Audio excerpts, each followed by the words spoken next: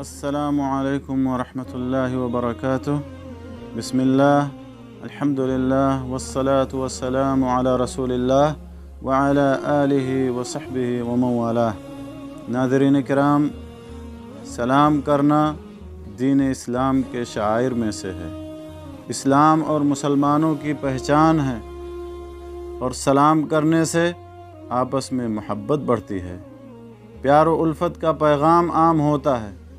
لیکن ہمارے کچھ بھائی ایسے ہیں جو سلام کرنے سے دور بھاگتے ہیں، یا پھر سلام کرتے تو ہیں لیکن خاص لوگوں سے یا خاص اوقات میں، اور بعض لوگ تو ایسے بھی ہیں جو سلام کا جواب دینا گوارا نہیں کرتے، جبکہ سلام کا آغاز کرنا مسنون ہے مگر اس کا جواب دینا واجب اور ضروری ہے۔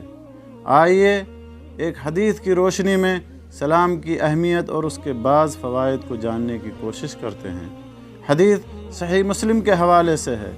راوی حدیث جلیل القدر معروف اور مشہور صحابی حضرت ابو ہریرہ رضی اللہ تعالیٰ عنہ ہیں۔ کہتے ہیں کہ رسول اللہ صلی اللہ علیہ وسلم نے ارشاد فرمایا، لا تدخلون الجنہ حتی تؤمنوا ولا تؤمنوا حتی تحابوا، کہ تم جنت میں داخل نہیں ہو سکتے یہاں تک کہ ایمان لے آؤ۔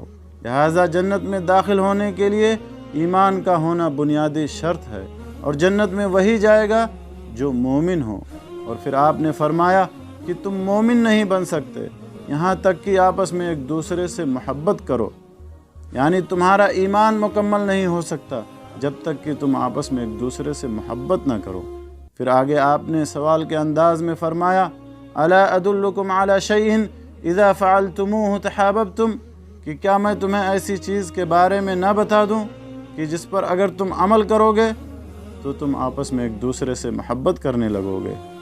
پھر آپ نے ہی جواب دیا، وَأَفْشُوا السَّلَامَ بَيْنَكُمْ، کہ تم آپس میں ایک دوسرے سے کثرت کے ساتھ سلام کرو، کثرت کے ساتھ سلام کو عام کرو۔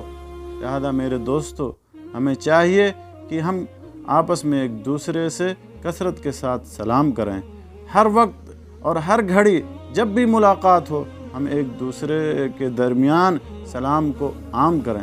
اللہ سے دعا ہے کہ اللہ ہمیں ان باتوں کو جاننے، سننے اور سمجھنے کے بعد ہمیں ان پر عمل کرنے کی توفیق عطا فرمائے، آمین۔